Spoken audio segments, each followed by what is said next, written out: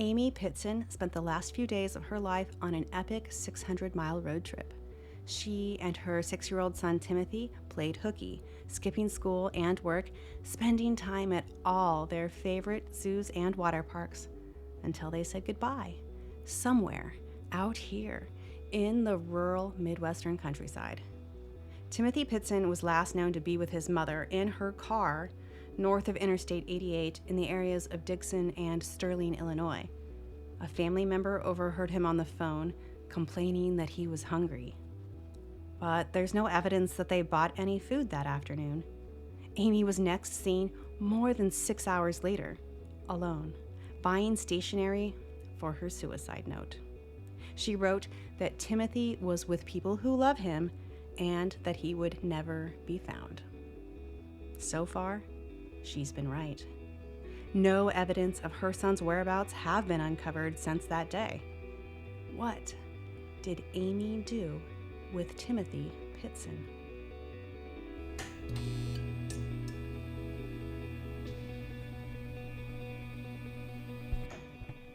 Amy's road trip ended here at a hotel in Rockford, Illinois. A maid found Amy's room still locked with the chain. When no one answered, hotel staff entered and found Amy's body. She had used a box cutter to slice her neck and wrists. A nearby suicide note apologized to staff that would be required to clean up after her. But it did not give any indication as to where Amy's son was. Why had Amy chosen this place to die? And where had she been the entire previous afternoon? Amy had picked up Timothy from his school 3 days earlier for an impromptu road trip. After several days of hitting up their favorite places in northern Illinois and southern Wisconsin, Amy had driven Timothy this direction, into rural western Illinois. Afterwards, she had driven back east towards her home to Rockford. Why remains a mystery. Was she trying to throw investigators off or cover her tracks? The previous 3 days had been a whirlwind of fear and emotion for her husband, Jim Pitzen. The last time he saw his son, Jim was dropping Tim off for morning kindergarten. He said, "I told him I loved him and to be good," and then he was gone. Unquote. When Jim arrived later that day to pick Tim up from school, the staff there had been confused. Citing a family emergency, Amy had arrived to take Timothy only 30 minutes after they had dropped him off. What family emergency? Jim thought. He checked his phone. There weren't any missed calls from Amy or other family members. Jim called Amy's cell phone, but she didn't answer. He went back to work, but had a hard time concentrating. He called his wife again, but still no answer. He left messages and received no calls back. Amy must still be upset about an argument they'd had about vacation the week before, Jim thought.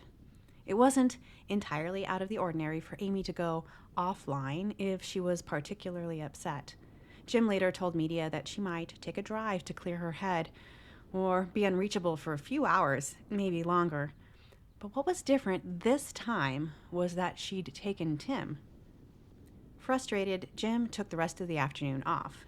When he got home, he noticed that the bottles of medication that Amy normally took for her depression were still full.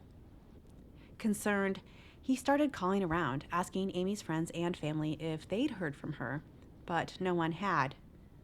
That night, when Amy didn't come home, Jim called the police, who declined to take a missing persons report and recommended that he give her another 24 hours to return. The next day, when Amy still had not come home or answered any phone calls, police do agree to take Jim's missing persons report, but Amy and Tim are already in another state. Jim doesn't know it yet, but after picking up Timothy from school, Amy drove to an auto repair shop in LaGrange, Illinois, where she had her dark blue 2004 Ford Expedition serviced. An employee of the shop drove Amy and Timothy to the Brookfield Zoo nearby, where they spent most of the day, returning for her vehicle at about 3 p.m. that afternoon. By then, she had ignored dozens of calls and texts from Jim, who had arrived at the school at about 10:30, only to discover that his son was gone. Amy and Tim stayed overnight at the Key Lime Cove Water Park Resort in Gurnee, Illinois, a park that is now a Great Wolf Lodge. The next morning, they headed north into Wisconsin, where, according to credit card receipts, she stopped at a store in Racine and bought clothes and toys for Timothy. Receipts also showed a stop at a Johnson Creek, Wisconsin Quick Trip, where they picked up gas and drinks. They spent the second night of their trip at the Kalahari Water Park and Resort in the Wisconsin Dells. The next morning, they checked out and headed south, back into Illinois. This time, though, Amy drives distinctly west. Several hours into their drive, between noon and 1:30 p.m., Amy starts to call relatives. It's the first time she's made contact in days, and initially the calls are very reassuring to Amy and Timothy's loved ones. After Amy's mother, Alana, speaks with her, Alana called Amy's sister, Kara, who remembers breathing a sigh of relief. "Everything's fine," their mother had told her. Quote, "She was upset and she just needed some time alone." Amy also called her brother-in-law, Jim's brother, Chuck. Worried and concerned, Chuck asked Amy to call Jim, who he knew was struggling with being left in the dark. Chuck told Amy that a father had a right to know where his wife and child were, but Amy responded, "Tim is my son, and I can do what I want." Chuck had gotten to hear Tim's voice very briefly on the phone. Apparently, Timothy could be overheard saying that he was hungry. It is the last time Timothy's voice is heard, and the last time that he is presumed to be with Amy. Cell phone triangulation traced these calls to somewhere north of Sterling, Illinois. 6 hours later, at 7:25 p.m., Amy is seen alone on surveillance video walking into a Family Dollar store where she purchases paper, envelopes, and a pen, presumably to write her final letters and suicide note. This store is back north again in Winnebago, Illinois. She is wearing new clothes. Reports indicated that after picking up some food for herself at a grocery store in Winnebago, Amy checked into the Rockford Hotel a few hours later at about 11:15 p.m. Amy was found dead the next day. Amy Fry met Jim Pitzen in Ames, Iowa in 2002 at a going-away party that was actually for Amy. Jim was immediately attracted to her. Despite the fact that he lived in Ames and she was planning on leaving, he asked Amy out the very next day. He described her as smart and outgoing. He liked that she enjoyed reading and travel. He helped her move to Illinois, and they started seeing each other long distance. Amy had been married 3 times already, but that didn't dissuade Jim. Amy's family said that she struggled with mental health, and her sister Kara said that Amy was always looking for the next thing. A new husband or a new job, a new town. Something to make her feel complete. She told Jim that she had once parked her car on some train tracks, driving away and choosing life only at the very last moment. And then, in 2003, she was hospitalized after taking too many pills and falling off the edge of a cliff. Her mental health issues made Amy feel rather ambivalent about having kids. She didn't want to pass on any conditions, and Jim didn't even think that he could have children. He had beaten Hodgkin's lymphoma when he was 20 with the aid of chemotherapy treatment, something that he thought would make him sterile. So they were both surprised and overjoyed when a year and a half into their relationship they discovered that they were expecting. Kara said that they both kind of looked at it as a miracle, a sign that this was something meant to happen, unquote. Jim and Amy married in May of 2004 when she was 4 months pregnant. By that time, they were living in Aurora, Illinois, working for Amy's father in his commercial real estate business. Timothy was born that October, named for Amy's brother, who had died at birth. Amy's sister, Kara, described Amy's relationship with Timothy by calling them peas in a pod and practically inseparable. She said to Brian Smith of Chicago Magazine, "It was like all of a sudden her life had meaning." Kara thought that this is what Amy was meant to do. But having a child didn't cure Amy's depression. Amy was prescribed Lexapro and Wellbutrin to help manage her mental health, but she didn't always take her medicine. When she didn't, Jim said that she would become very emotional and experience big highs and lows. Amy's mom, Alana Anderson, said that she was a meticulous planner with lots of attention to detail, and she was extremely stubborn. She acknowledged Amy's history of depression, but said that her daughter was, quote, not a crazy person, calling her patient and loving with Timothy. Described as friendly and inquisitive, 6-year-old Timothy Pitzen enjoyed playing hide and seek and tag. He liked playing with water, with toy cars, and goofing around with the family's dog, a black lab. Jim and Amy were united in their deep love for their son. But Jim and Amy's marriage had its difficulties and challenges. In 2008, Jim discovered that Amy had been talking and meeting up for lunches with an ex. He found a text message with their plans to get together on a weekend when Jim was supposed to be out of town. Upset, he said, quote, "I told her to make up her mind. If you want to be with that guy, go be with that guy. We'll get a divorce, and I don't care how much money your dad has. I'll find a way to get custody of Timothy." End quote. The idea that she could lose Timothy shocked and terrified Amy. Would her history of mental health issues cause a judge to grant Jim full custody? It was a fear that stayed with her long after the fight. She cut contact with her ex and committed to working things out with Jim, but it wasn't the end of stress and arguments in their marriage. When Amy's dad had to close his real estate firm, Amy lost her job, and they started fighting about money. She found a new place to work, but the couple still found other things to fight about. They planned a vacation to the Bahamas for Amy's birthday, but when she insisted on going with just her friend, leaving Tim and Jim behind in the States, Jim was frustrated. Headstrong and determined, Amy reportedly told him, quote, "You can't stop me." And so he didn't. Amy celebrated her 43rd birthday with her BFF, leaving her husband and son behind. Jim had been concerned that the fight would continue upon her return, but said that when he picked her up from the airport, it was like the fight hadn't happened.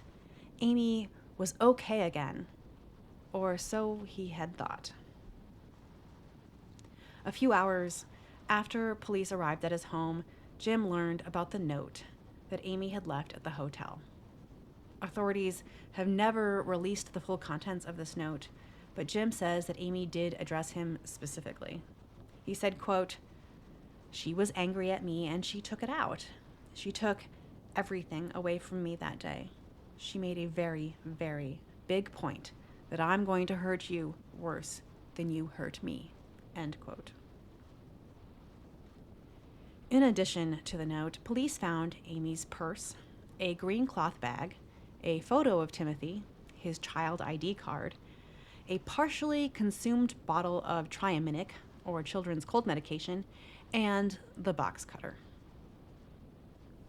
There were a number of items that police expected to find that they did not, like her cell phone, her iPass device, which was like a small responder that you could use to pay for tolls on the Illinois highway system. Some of her clothing was also missing, items that she had been seen wearing in surveillance footage, including a pair of brown capri pants, a pair of sandal type shoes with high soles, and a light colored top. Some of Tim's things were missing as well. Investigators were encouraged that Tim's car seat, his backpack, toothpaste, and the new toys his mother had bought him were not found. Detectives learned that Timothy and Amy were last together somewhere in the area of Dixon and Sterling, with cell phone triangulation tracing Amy's final phone call to an area about 5 miles northwest of Sterling near Route 40. Amy didn't have any known ties to this place, but an analysis of her toll records showed that 3 months earlier she had driven to this part of Illinois twice. Authorities uncovered 2 separate trips, a Friday in February and a Sunday in March, days where she had spent a combined 12 hours unaccounted for in western Illinois.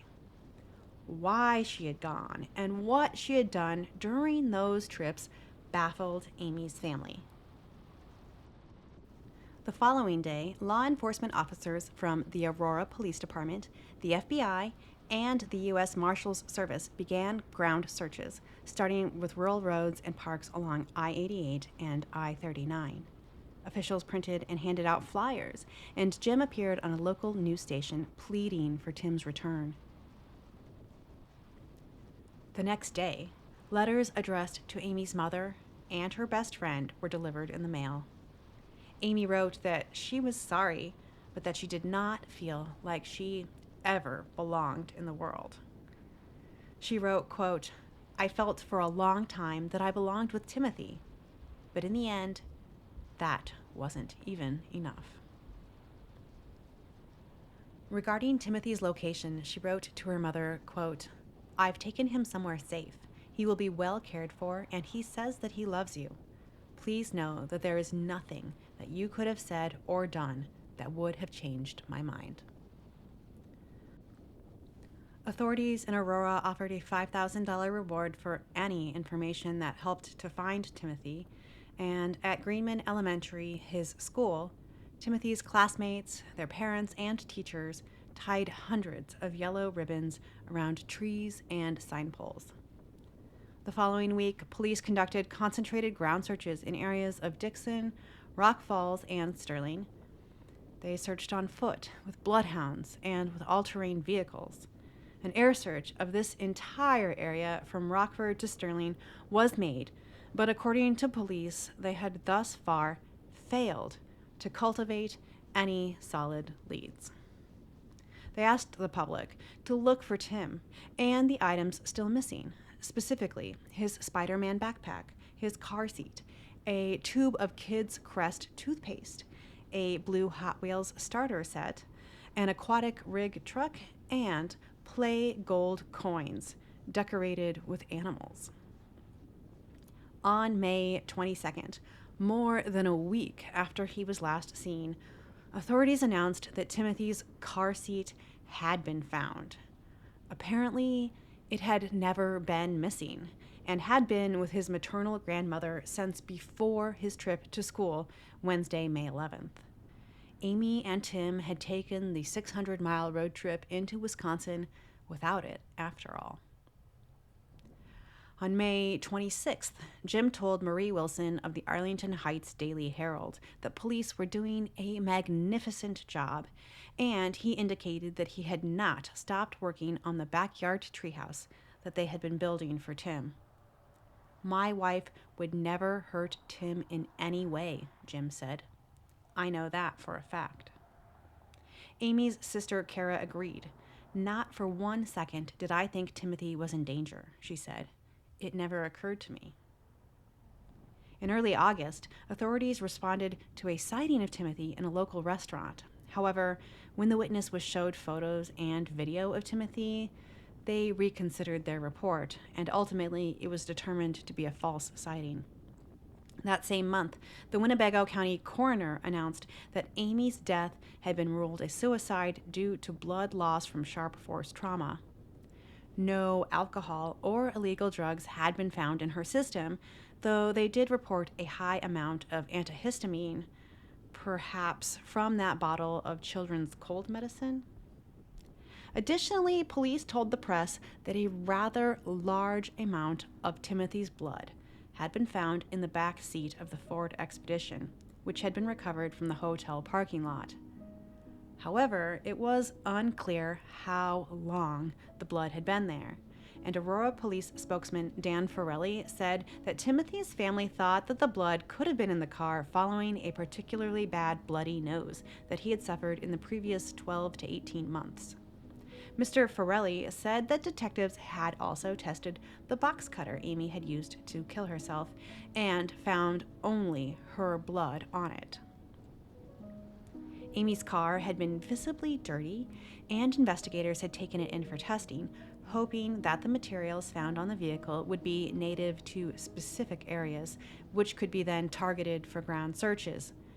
However, at the time of the press conference, testing was not yet complete. Despite the $5,000 cash reward, police spokesman Dan Farrelly said that tips had been really slow to come in. Quote, "The fact of the matter is that we don't have any leads that will either disqualify or advance any of the theories in the case," he said. "It's very frustrating for everyone involved. Police officers tend to take cases involving children very personally, and to know that Timothy has not yet been found is very upsetting," end quote. In addition to the update on their investigation, police released several home videos of Timothy and the surveillance footage of his mother taking him out of school on May 11th. Early on in the investigation, police had seized 2 computers from the family home, as well as 1 work computer from Amy's place of employment. They quickly uncovered a secret Yahoo account that Jim had not known about. FBI profilers thought that maybe Amy had used the email account to help plan her final road trip and possibly a secret adoption for Timothy.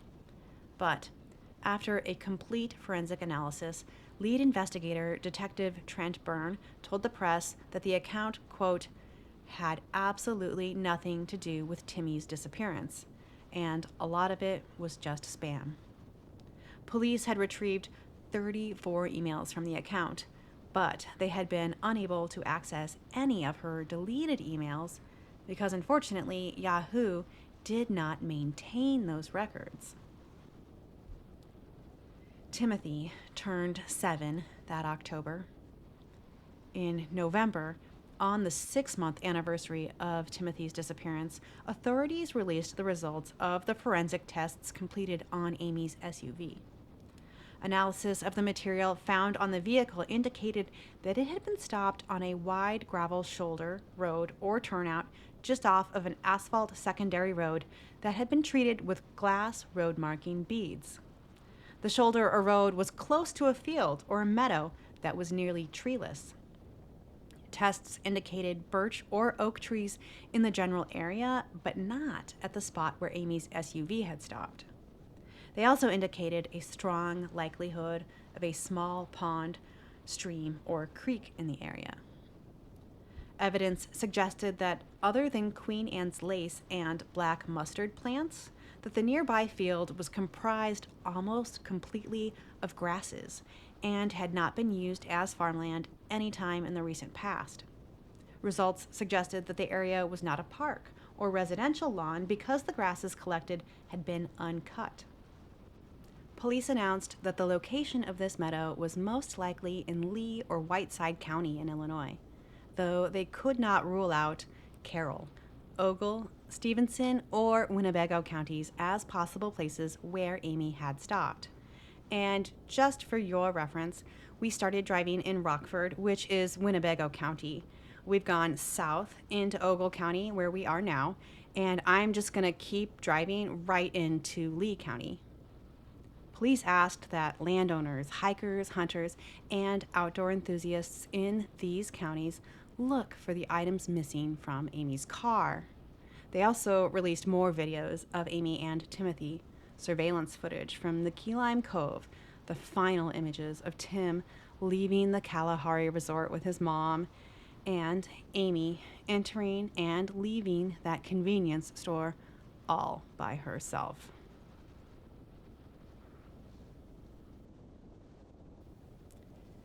Christmas came and went without Timothy. Police investigated a potential sighting at a Denny's in North Aurora, but it turned out that the boy wasn't Timothy. At the 1-year anniversary of his disappearance, the Chicago Tribune interviewed Amy's mother, Alana Anderson. She said that detectives told her that there was not a shred of evidence to indicate that Amy had harmed Timothy, and suggested that he was out there. She told reporter Ted Gregory that police were still actively looking for him.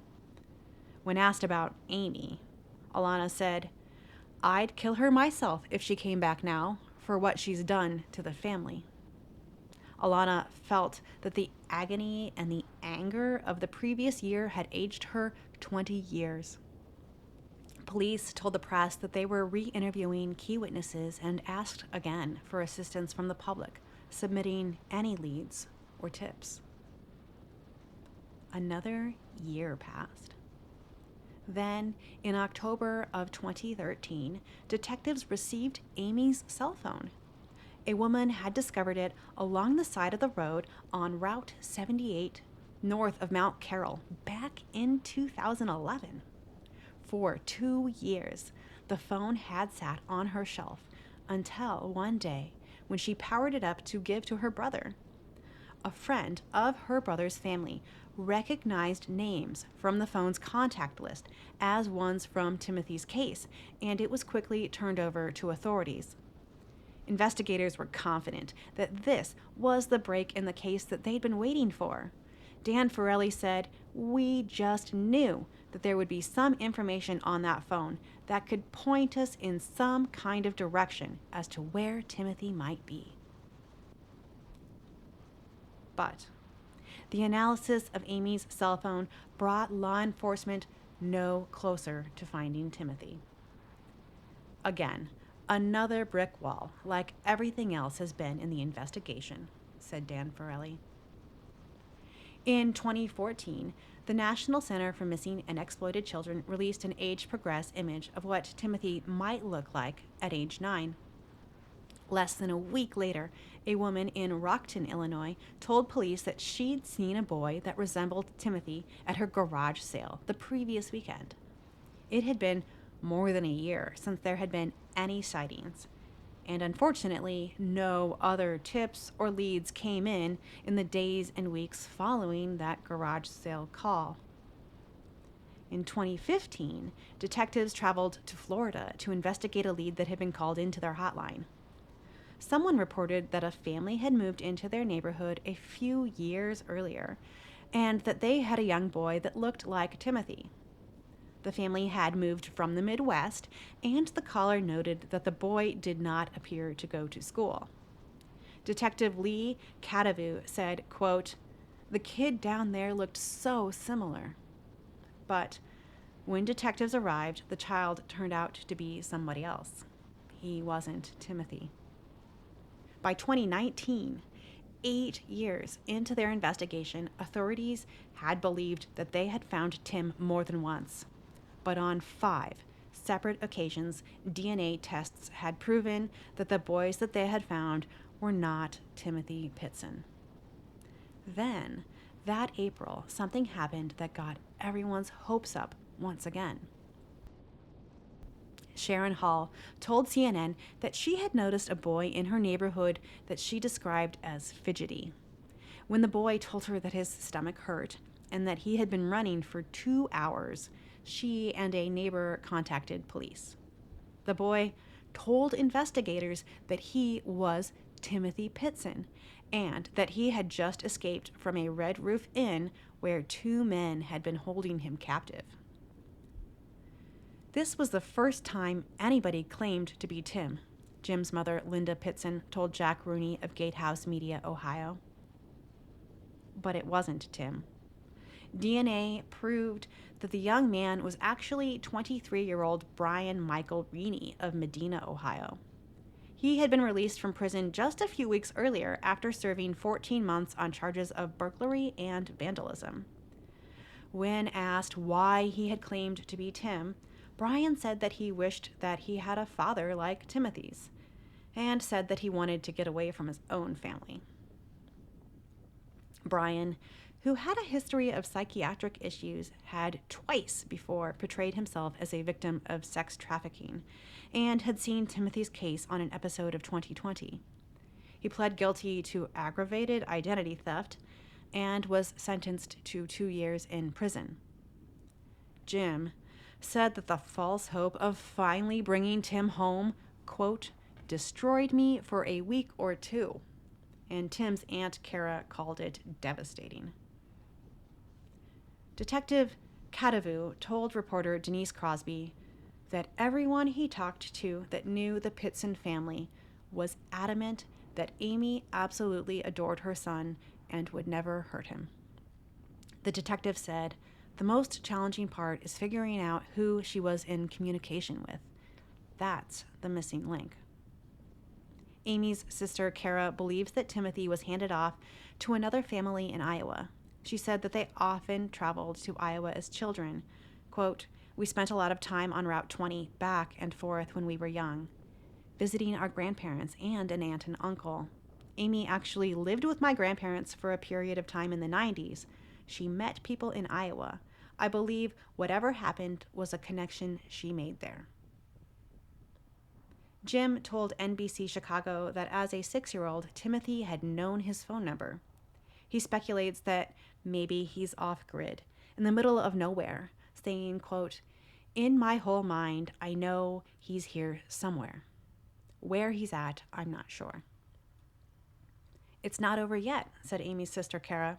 Quote, he's not living the life that we think he should be living because I think he should be with his father. But one day, we're going to see him, and you're going to see the other side of the story. And that's going to be amazing, unquote. According to the FBI, over 450 children are murdered by a parent each year. Timothy's family don't believe that Amy would hurt him, and investigators don't seem to think that he's been killed either. However, Detective Kadavu did say, quote, one would think that if someone, let's say, were told a story to take Timothy, that they would then ultimately see that he, in fact, does have a family out there who still misses him and loves him and wants him to return. For them to not reach out and try to reunite them, I mean, it's hard to figure out, unquote. Born in 2004, Timothy Pitzen would now be an adult if he were alive. What would be stopping him from coming forward himself to authorities today? How is he supposed to get a job without a social security number or documentation? Doesn't he remember his name? There are other things I wonder about when it comes to the facts of the case. For example, did they find any evidence of Amy feeding Timothy that afternoon? During the last contact with him, he was complaining of hunger. It doesn't sound like there were any receipts, credit card purchases, or sightings of them at restaurants that afternoon. I'm curious to know, were there food containers in the car? What about the children's cold medicine? Was this something purchased by Amy for herself or for Timothy?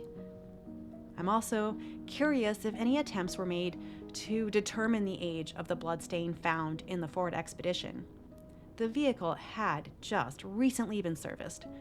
Was the staining something auto technicians had noticed? What about the car's mileage? Had it been noted at the auto shop and compared to Amy's known route? Could she have driven all the way into Iowa? Of course, the public has not been made aware of every detail in this case, nor is it something that we're owed. But I do think that it's telling that law enforcement seem convinced that Timothy could be alive.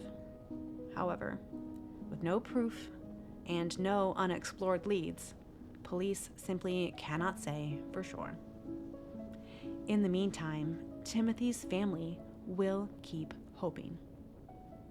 She loved that little guy so much, Jim said. I can't see her killing him. I just can't.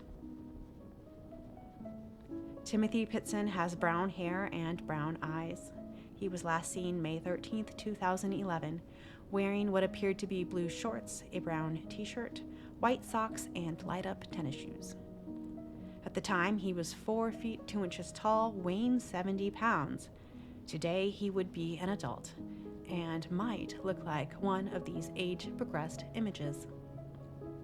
Anyone with information about Timothy's case is asked to contact the Aurora Police Department.